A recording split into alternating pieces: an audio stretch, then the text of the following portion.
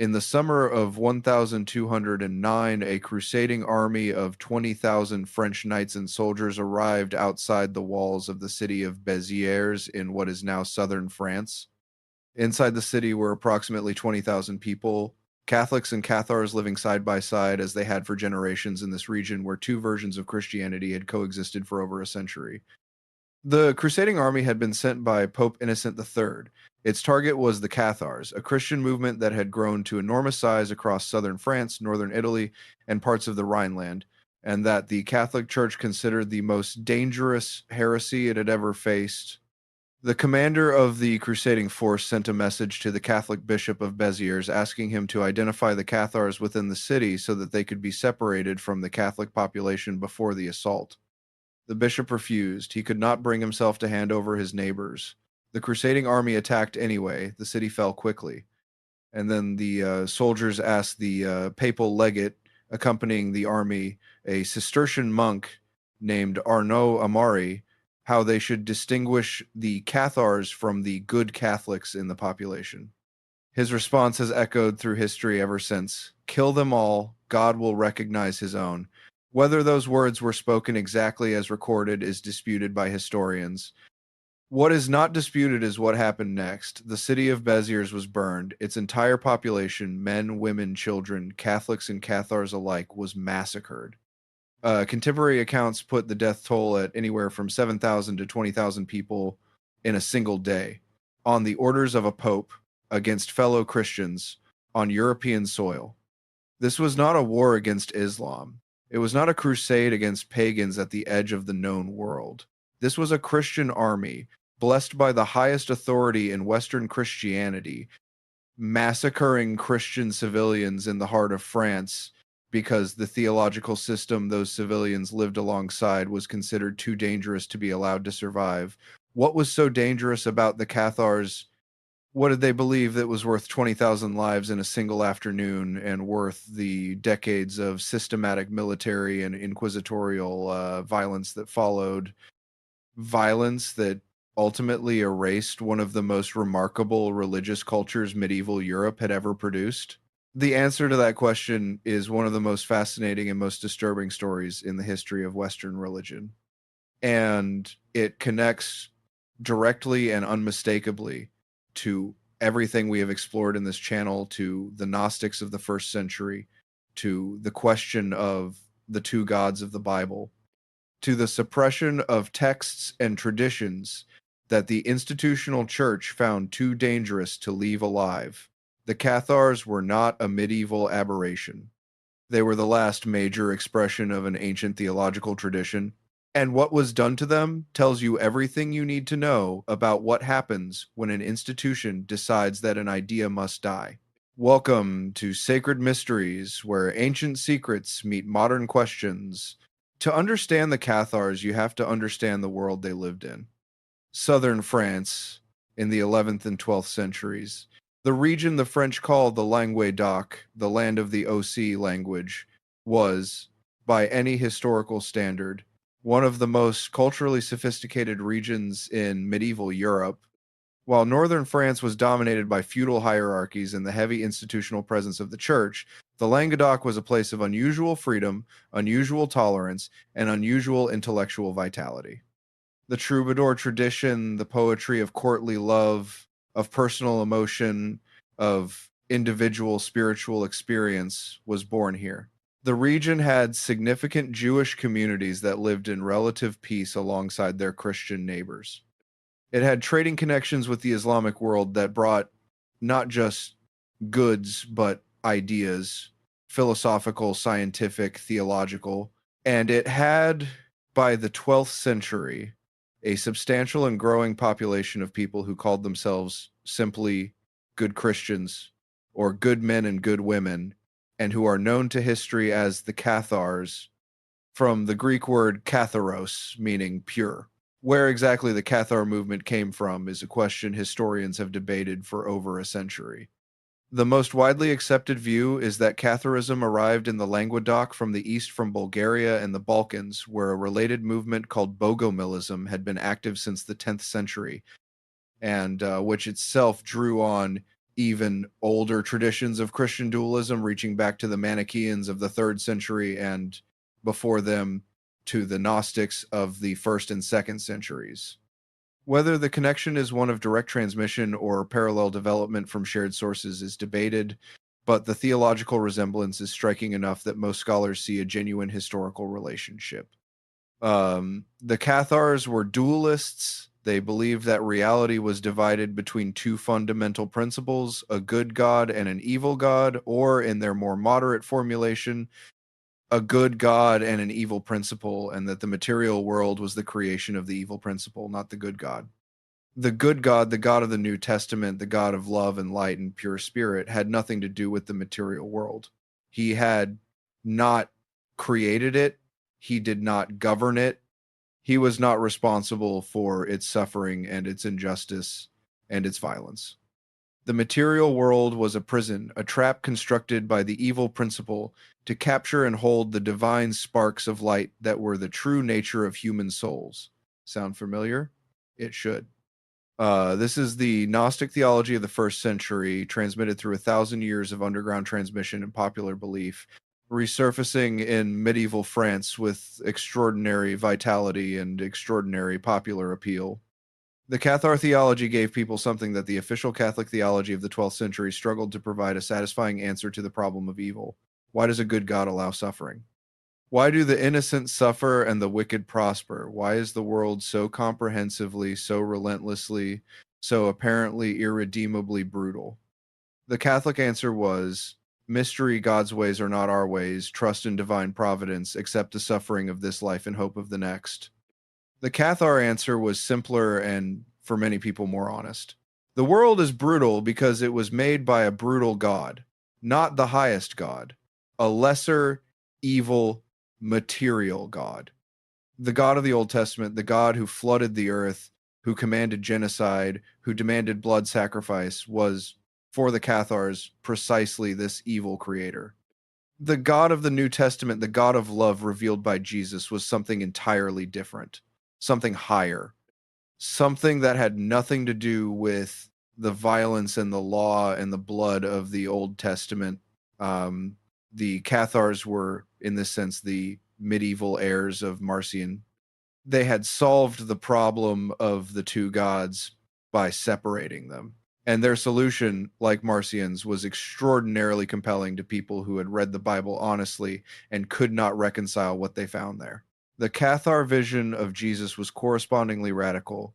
If the material world was the creation of the evil God, then Jesus, who was the messenger of the true God, the being sent to wake up the divine sparks imprisoned in material bodies, could not have been genuinely material. He could not have truly suffered on the cross. He could not have truly died and been physically resurrected. The suffering Jesus, the crucified Jesus, the Jesus of blood and nails and physical agony, this Jesus was, for the Cathars, either an illusion, a spiritual appearance that seemed material but was not, or a human being whose spiritual nature was so much more important than his material nature that the crucifixion was essentially beside the point. This theological position, called Docetism, from the Greek word dokein, meaning to seem, was not invented by the Cathars. It had been present in Christianity from its earliest centuries. The first letter of John in the canonical New Testament argues against a form of Docetism already circulating in Christian communities.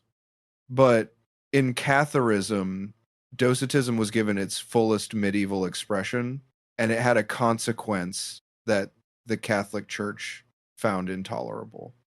If Jesus did not really suffer and die physically, then the cross is not a symbol of redemption.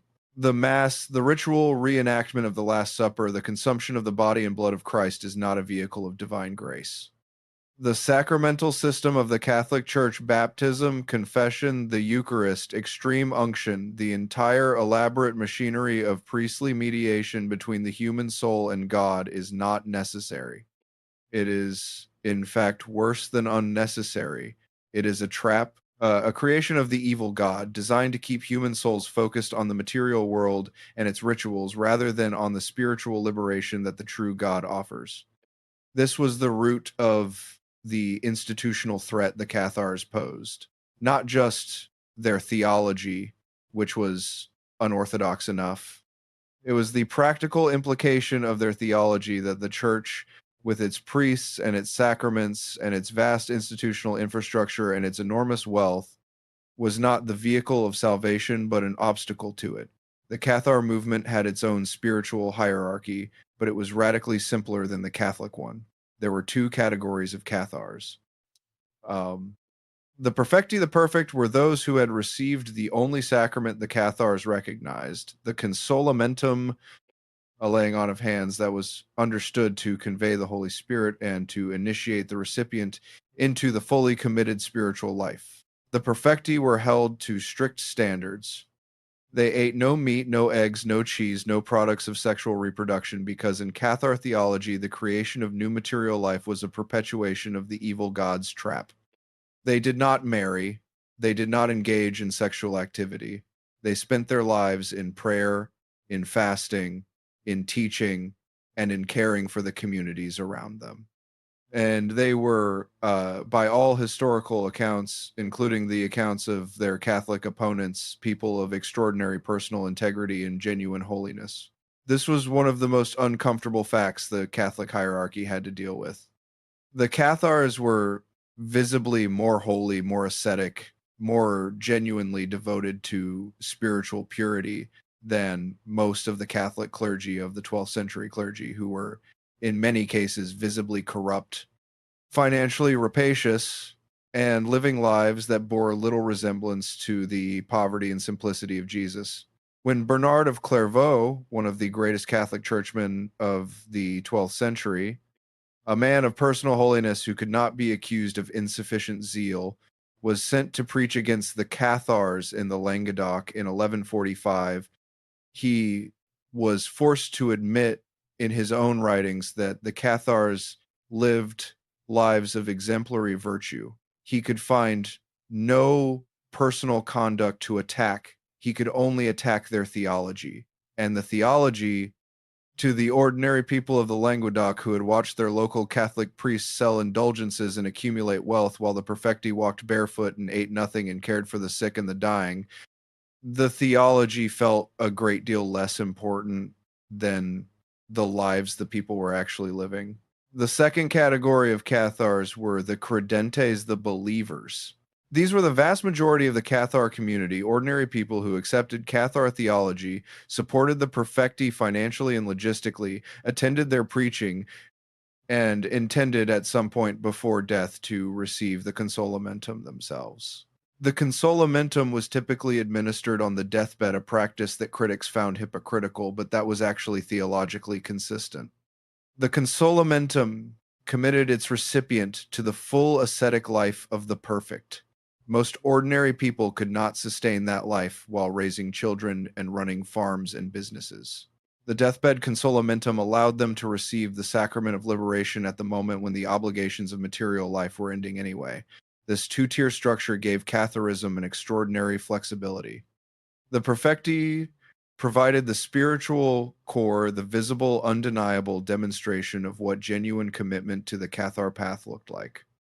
The credentes provided the broad popular base, hundreds of thousands of ordinary people across the Languedoc who may not have been ready to give up meat and marriage, but who believed in the Cathar theology and found in it a more honest account of the world they lived in than the one provided by the official church. By the late 12th century, the Cathar movement in the Languedoc was not a fringe phenomenon. It was deeply integrated into the social fabric of the region. Cathar perfecti were members of prominent noble families. The counts of Toulouse and other regional lords were, if not Cathars themselves, at least tolerant of Catharism to a degree that the Catholic hierarchy found unacceptable. Entire towns had predominantly Cathar populations. The church had tried preaching and had failed. It had tried theological debate and had, by the accounts of its own representatives, lost more often than it won. Pope Innocent III had tried diplomatic pressure on the regional lords and had been rebuffed. And then, in January of 1208, His legate in the Languedoc, the papal representative whose job was to manage the anti-Cathar campaign, was assassinated. The assassin was a servant of the Count of Toulouse. Whether the Count ordered the assassination or merely failed to prevent it was debated at the time and is debated by historians still. But for Innocent III, it was the final provocation. He called a crusade, not against Muslims, against Christians, against the Cathars of the Languedoc, and against anyone noble or commoner, Catholic or Cathar, who stood in the way of their destruction. The Albigensian Crusade, named for the town of Albi, a center of Catharism, lasted 20 years in its military phase, from 1209 to 1229, and was followed by decades of inquisitorial activity that systematically hunted down surviving Cathars, extracted confessions under torture, burned those who refused to recant, and imposed a surveillance regime on the entire population of the Languedoc, so comprehensive that neighbors were encouraged to denounce neighbors, children to denounce parents, and entire communities to live under the permanent threat of accusation. The Inquisition, the institutional machinery of religious investigation and punishment, was in large part invented for the purpose of destroying the Cathars. The Dominican order, founded specifically to combat heresy through preaching, pivoted rapidly from preaching to investigation when preaching proved insufficient. The procedures developed for investigating Catharism, the secret denunciation, the interrogation without the ability to confront one's accusers, the use of torture to extract confessions, the burning of those convicted became the template for inquisitorial procedure across Europe for the next several centuries. One of the most extraordinary documents to survive from this period is the register of the Inquisitor Bernard of Caen, who conducted a systematic interrogation of the population of the Lorraguais region, the heartland of Catharism, between 1245 and 1246, just 1 year after the fall of Massacred. In a single year, Bernard of Caen interrogated over 5,000 people. 5,000 individual testimonies recorded in meticulous Latin documenting who had seen a perfectus, who had received the consolamentum, who had attended a Cathar sermon, who had bowed before a good man in the traditional gesture of respect the Cathars called the malhorament. These records preserved in the archives of Toulouse are one of the most detailed pictures we have of what a living Cathar community actually looked like from the inside. They are also one of the most chilling documents in the history of religious persecution. You can read in them the texture of ordinary life in a community under surveillance, the careful language of people trying to minimize their exposure without lying outright, the denunciations of people who had been dead for years and could no longer be protected, the occasional moment of defiance from someone who had decided that there was nothing left to lose.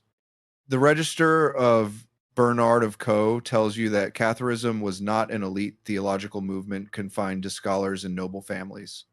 It was woven into the fabric of daily life, into the markets and the fields and the deathbeds and the kitchens of southern France. Ordinary people had heard the perfecti preach. Ordinary people had sheltered them in their barns and their cellars. Ordinary people had brought them food and received their blessing and believed, with whatever degree of conviction ordinary people bring to theology, that the good men and good women were closer to God than the priests who came to baptize their children and collect their tithes. Some communities resisted militarily. The siege of the Cathar fortress of Montségur in the Pyrenean foothills lasted 9 months. When it finally fell in March of 1244, over 200 Cathar perfecti who had refused to recant walked voluntarily down the mountain and into a bonfire that had been prepared for them. They were not dragged. They were not forced at sword point. They walked. Because in Cathar theology, the material body was the prison of the soul, and death, especially death for the sake of spiritual truth, was liberation. The bonfire at Montségur is one of the most haunting images in the history of religious persecution. 200 people singing, walking into fire, because they believed something that an institution had decided was too dangerous to leave alive.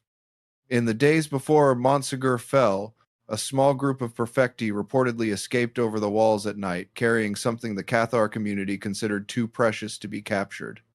Medieval chroniclers transform this into legend, the treasure of Montsegur, sometimes identified with the Holy Grail, sometimes with hidden gospels. The historical reality was probably ritual objects, money, and manuscripts of Cathar scripture. But the legend encodes something true. Something escaped the fire.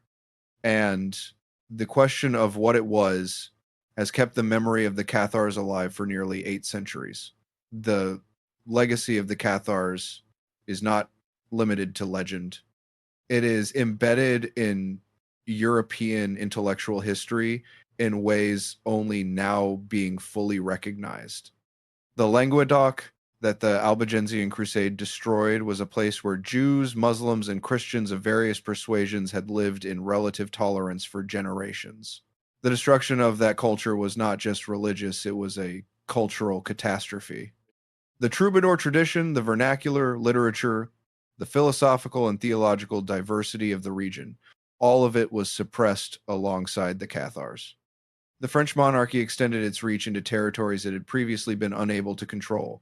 The Albigensian Crusade was, among other things, a political conquest disguised as a religious one. And the machinery invented to destroy the Cathars, the Inquisition, with its secret denunciations and its torture and its fires, would not be formally abolished in its last remaining form in Spain until 1834. 600 years. The tools built to destroy 200 people singing on a mountain in the Pyrenees lasted 600 years. The last known Cathar perfectus, a man named Guillaume Belibaste, was burned in 1321, more than a century after the Crusade began. The systematic destruction of an entire religious culture took over 100 years. And when it was done, the Languedoc, that extraordinary region of tolerance and intellectual vitality and troubadour poetry, was a different place. Poorer, more subdued, more uniformly Catholic. The culture that had produced the first great literature in a vernacular European language, that had sustained a tradition of religious pluralism unusual for its time, that had given rise to a theological vision of extraordinary depth and genuine holiness, that culture was gone. Destroyed not by military defeat alone, but by the sustained, systematic application of institutional violence against an idea. What was the idea that was so dangerous? At its core, the Cathar idea was this: the institutional church is not the vehicle of salvation. The sacraments it administers are not channels of divine grace. The God it worships is not the highest God, and the lives lived by its representatives, the wealthy bishops, the corrupt priests, the politically powerful abbots, are not lives of holiness, but lives of complicity with the evil material world they claim to be leading people away from. That was the idea. And the fact that it was expressed not just in theological propositions, but in the visible lives of the perfecti people who genuinely lived what they preached, who genuinely cared for the poor and the sick, who genuinely embodied an alternative to institutional Christianity, made it more dangerous than any army. An institution can defeat an army. An institution struggles to defeat an example. And the Cathars were, above all, an example of what it looked like to take seriously the proposition that the material world is not the final word, that there is something beyond it, that the divine spark in human beings is real, and that it is worth everything, worth asceticism, worth poverty, worth persecution, worth walking into a fire on a March morning in the Pyrenees to liberate it. The Cathar movement left traces in unexpected places. The concept of courtly love, the idealized, spiritualized love poetry of the troubadours, carried within it echoes of the Cathar vision of a love that transcends the material world. The legend of the Holy Grail, which emerged from the same cultural milieu in the same period, has been interpreted by generations of scholars as a coded reference to Cathar beliefs, the vessel that contains the true spiritual treasure, hidden from those who seek it for worldly reasons, visible only to those who are spiritually pure enough to recognize it. Whether or not those interpretations are literally correct, they point to something true. The culture the Cathars inhabited was saturated with their ideas, and when that culture was destroyed, the ideas did not disappear. They went underground. They encoded themselves in poetry and in legend and in the architectural symbolism of the surviving churches of the Languedoc. They resurfaced in the esoteric traditions of the Renaissance, in the Rosicrucian movement of the 17th century, in the occult revival of the 19th century, in the New Age spirituality of the 20th. Every generation that has felt the material world to be a prison, every generation that has sensed something hidden and luminous behind the surface of ordinary life, every generation that has doubted whether the official channels of spiritual authority actually connect to the thing they claim to mediate, every such generation has, consciously or not, been asking the Cathar question. And every such generation has found, if it looked carefully enough, that the question was asked before by people who walked into fire rather than stop asking it. Were they right? That is a question no historical analysis can answer. But the question they were asking about the nature of God, about the origin of evil, about the relationship between the material world and the divine, is a question that has never been answered to everyone's satisfaction. It was asked by the Gnostics of the first century. It was asked by Marcion. It was asked by Origen. It was asked by the Cathars. And it is still being asked in different vocabularies and different contexts by people who look at the world as it is and cannot reconcile what they see with the idea of a perfectly good and perfectly powerful creator. The Cathars were burned, their books were destroyed, their communities were erased, but the question survived. It always survives because it is not a heretical question, it is a human one. Leave your answer in the comments, and next time we are going to follow the Cathar thread back to its source, back to the Bogomils of Bulgaria, back to the Manichaeans of the 3rd century, back to a man named Mani who claimed to be the final prophet of God, who built a religion that stretched from the Atlantic coast to the borders of China, and whose followers were persecuted by the Roman Empire, by the Persian Empire, by the Catholic Church, and by Islam, all within a few centuries. A religion that almost no one today has heard of. And that shaped the world more than almost anyone realizes. Stay curious.